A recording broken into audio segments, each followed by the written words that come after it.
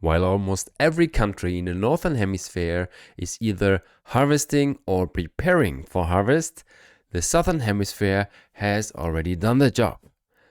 The harvest 2024 is in the books, and as promised, we start with a series of episodes, interviews with winemakers in the Southern Hemisphere talking about their vintage 2024. And the first in that series is Jeremy Tod, a very experienced winemaker, the chief winemaker of Giesen Wines in New Zealand. And they are not only famous for making wines, but also for non-alcoholic wines. And we also talked about the stuff in between, the low alcohol wines, and why 2024 was a winemaker's dream. Have fun with the episode.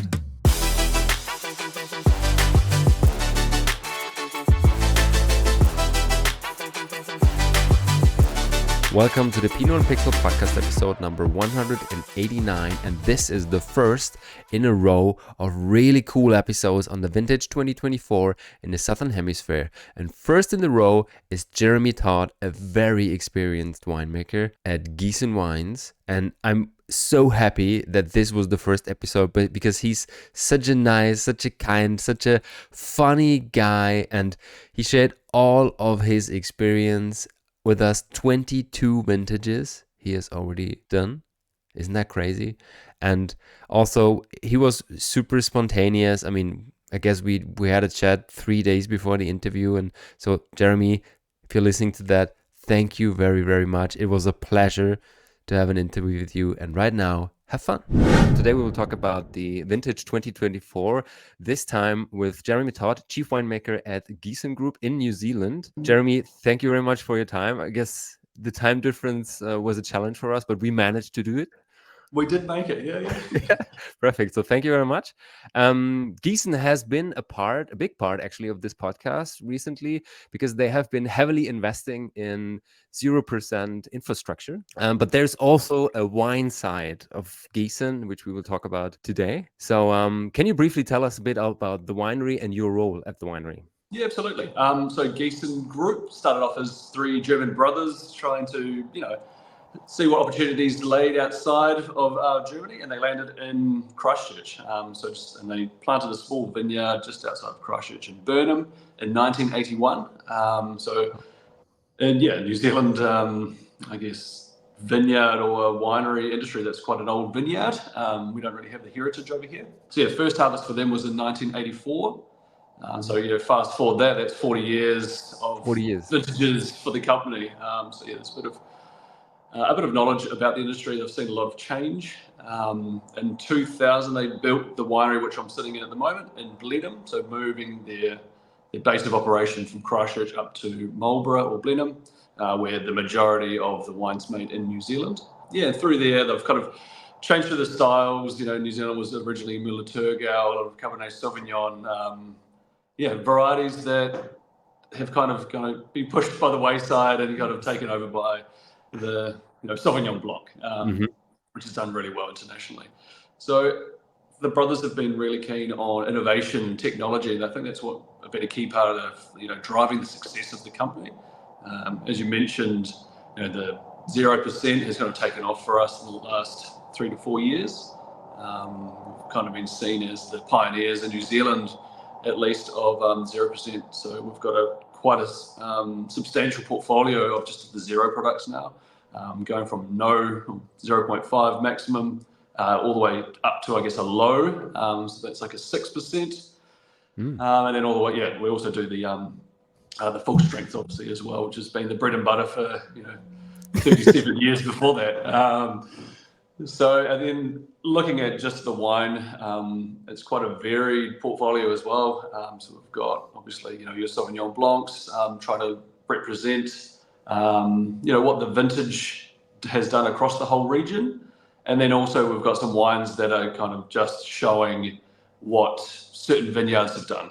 So really looking at vintage variation, which I think is a key part of winemaking and enjoying wine as well, because you want to see what the environment, the impacts of the environment on that vintage.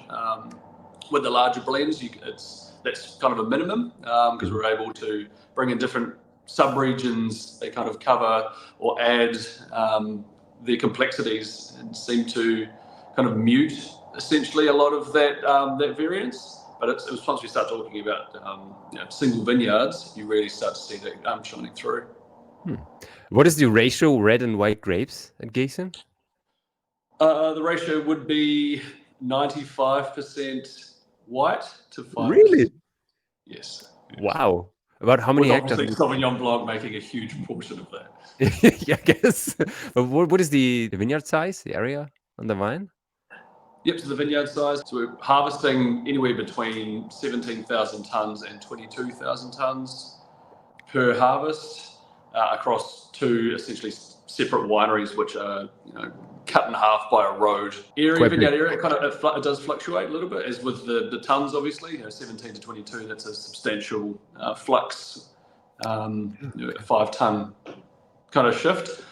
And that can be down to vintage variation, or we've got quite a decent grower base as well, and that can fluctuate slightly as well, positively or negatively in terms of tonnage.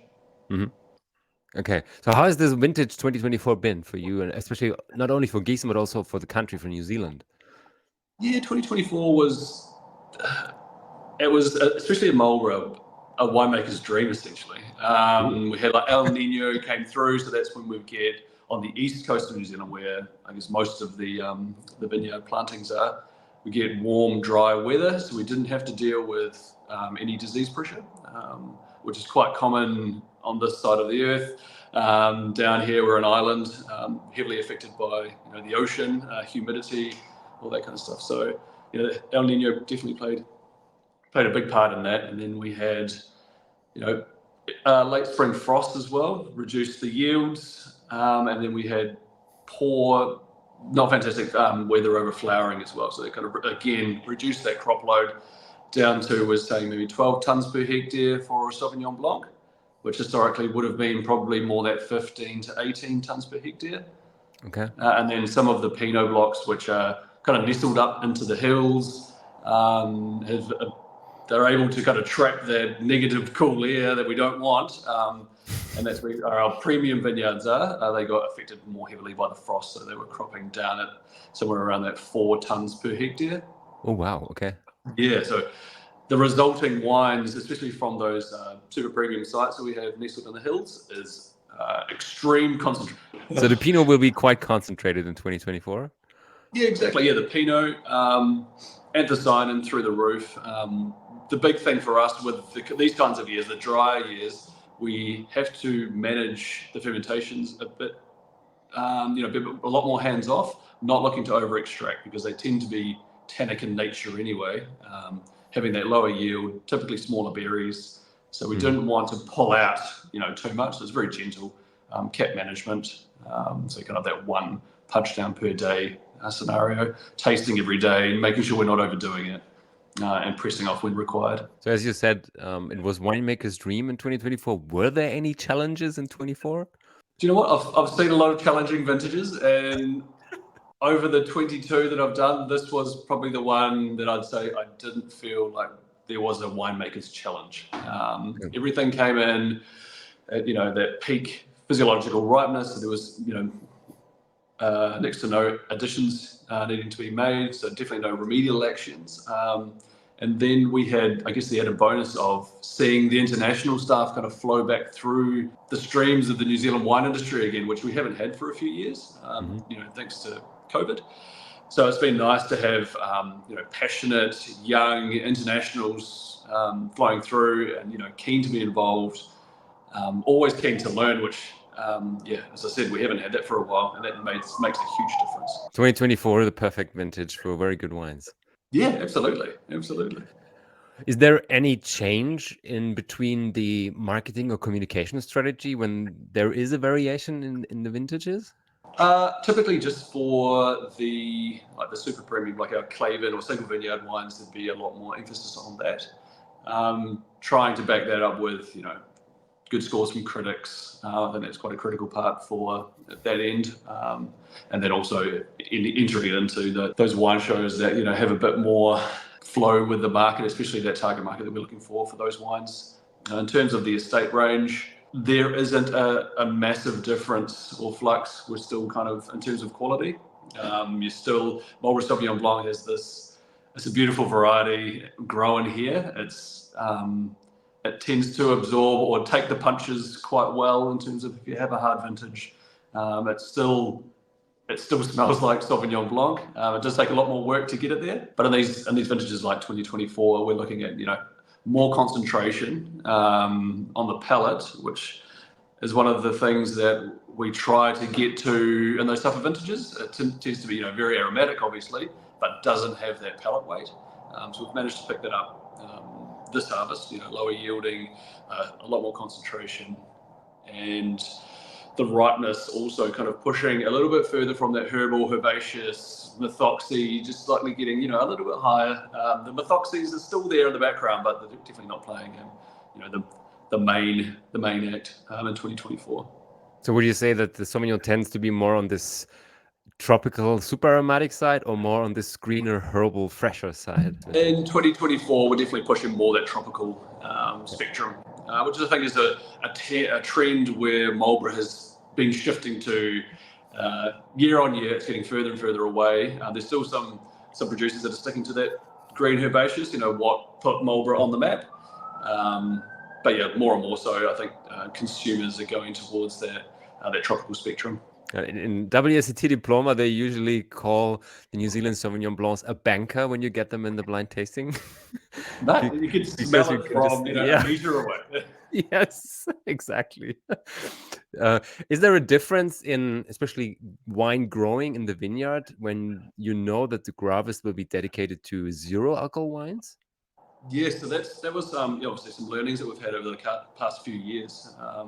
Again, saying like we've been pioneers in this, we haven't been able to rely on our neighbour or a couple of wineries over. Hey, I've got a couple of questions. It's all kind of been forging through ourselves and learning as we go. And I guess that's the beauty of having the spinning cones on site. We're able to experiment, put through different wines and see how they react.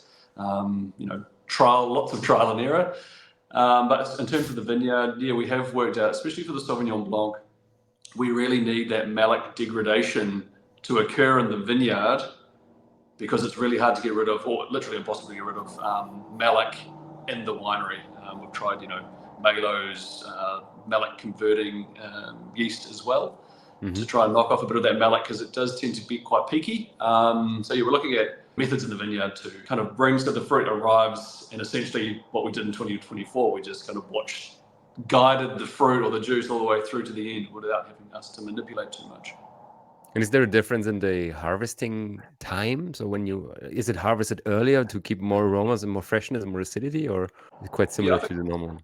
Yeah, it's very similar to the normal wine. The big thing for us is just that malic degradation. So we're keeping a close eye on that, and it kind of flips traditionally what we've been doing, or what a lot of companies do, is that target bricks, and that's where you kind of pick obviously on taste as well.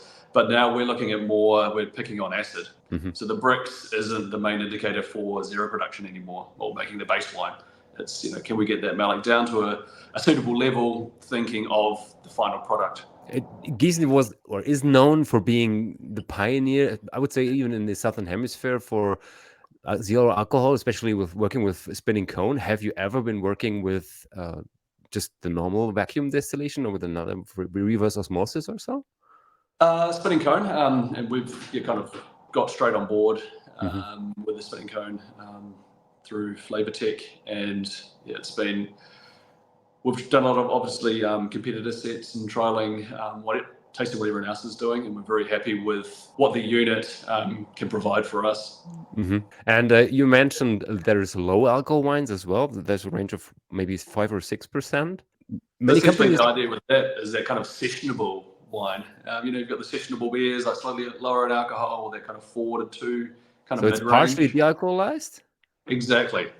So partially de-alcoholized. We're able to put the aroma strip back into that base, so we're not losing out on any of that kind of aroma that was there in the partially de-alcoholized portion. So hopefully you're still getting that, full flavor, full aromatics from that base, just with the less alcohol. Quite interesting that, at least what I know from the US, there is low alcohol or low alcohol wines, low wines are working. In Central Europe, many companies are struggling because they actually don't know who to target to. Because either you drink and love normal wine or you just don't need the alcohol. So how does it work, especially at Giesen with the low alcohol wines? Yeah, at the moment, yeah, as you said, the US is charging. They're kind of absorbing everything that we can produce, which is fantastic. And then we're just, I guess, having the spinning cone on site here, we can flex to what the market requires. If it is that 0.5 or the 0%, or if there is an appetite for that, 4% or 6%, we're able to adapt relatively quickly and get wine over there. So we just essentially just have our ears to the ground, seeing how sales are going over there in the States with our suppliers, and just kind of, as I said, just flexing where required. And what about New Zealand? Is there an interest in alcohol-free? At this stage, it's not huge. Every hope that it will pick up between New Zealand and Australia, Australia being our biggest export market. It would be nice for them to take it on board, but at this stage, it's still very early days, I think. And for the zero is the US or Is UK? The US. Because I've seen your products in the US and in the UK. And Is this the lower alcohol in the the UK? zero, and have I ever seen the? I guess I've only, actually I'm usually looking for the zero ones. And I've been to California recently for 3 weeks, and there were many Giesen wines. Yes. No, we're it's starting to pick up in the US, which is fantastic for us. It's a huge market and it's still quite emerging, very, interested in the product category. It's pretty cool. Yeah. Yeah, absolutely. We found it extremely exciting and challenging at the same time, trying to meet that demand. So at this stage, we're just kind of riding the wave essentially. Yeah. So to wrap this up, 2024 winemaker's dream. Really looking forward to super interesting, also concentrated wines, especially when it comes to the single vineyard ones. What would you expect from a 2025 vintage if 24 was already your dream vintage? I mean, having obviously done the 2020, the 22 vintages that I've had, you kind of come to expect or prepare yourself for the worst. So. I mean, how can things get better than 24? I'm not sure if they are. Oh, that'd be fantastic. But we'll just go into it as we do with any harvest. And, I guess the beauty and the challenges of making wine in Blenheim or New Zealand, that you just don't know what's going to happen. We can have 4 seasons in one day in this country.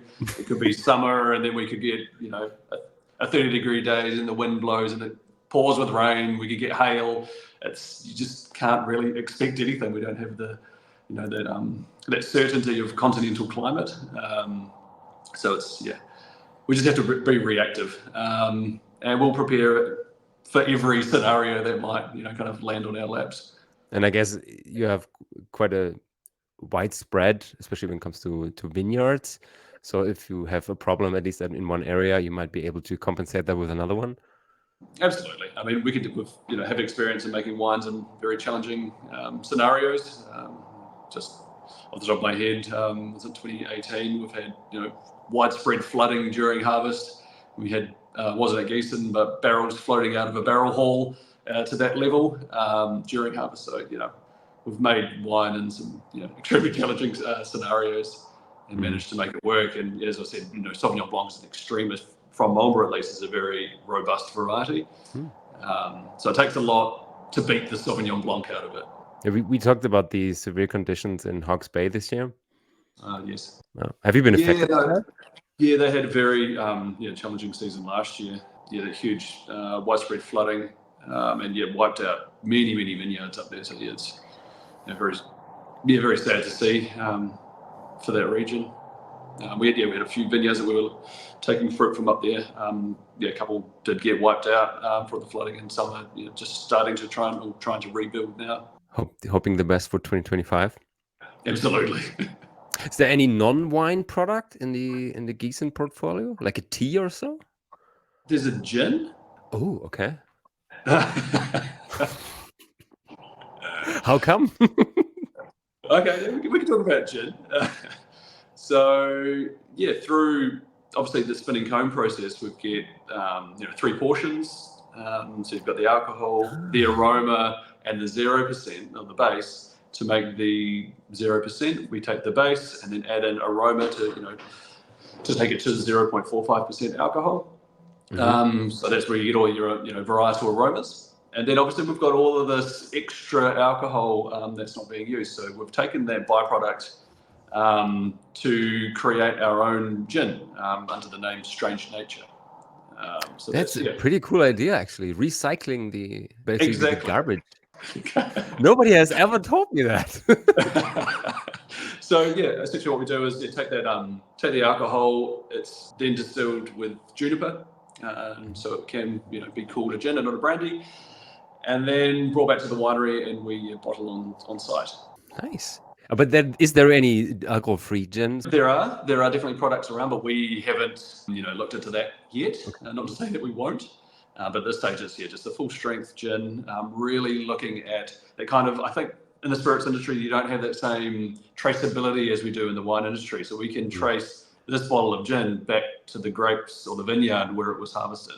So we've got full traceability because it came from, started as a wine, essentially, which is pretty exciting. And then you do get those Sauvignon Blanc characters coming through on the gin. So you get some of that mango, those tropical characters from the Marlborough Sauvignon Blanc, combining with that hit of juniper as well. So it's a very, very interesting drink.